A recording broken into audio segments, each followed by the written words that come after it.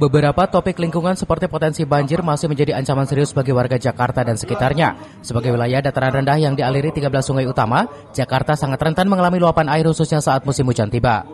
Salah satu penyumbang banjir terbesar adalah Sungai Ciliwung, sungai terpanjang di Jakarta yang membentang sepanjang lebih dari 120 km dan kerap meluap ke kawasan padat penduduk.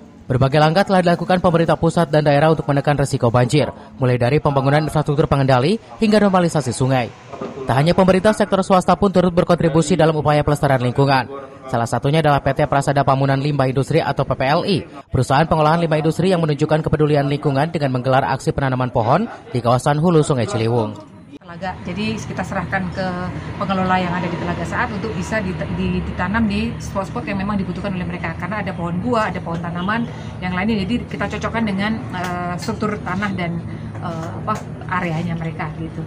Kalau untuk das sendiri, nanti kita hari Kamis ini kita akan ada penanaman pohon bersama beberapa relawan dan juga teman-teman jurnalis juga yang ada di Jakarta. Kemudian kita akan lakukan tanaman pohon secara serentak di hilir, lokasinya di dekat Condet. Dari Kabupaten Bogor, Cevi Suryadi melaporkan.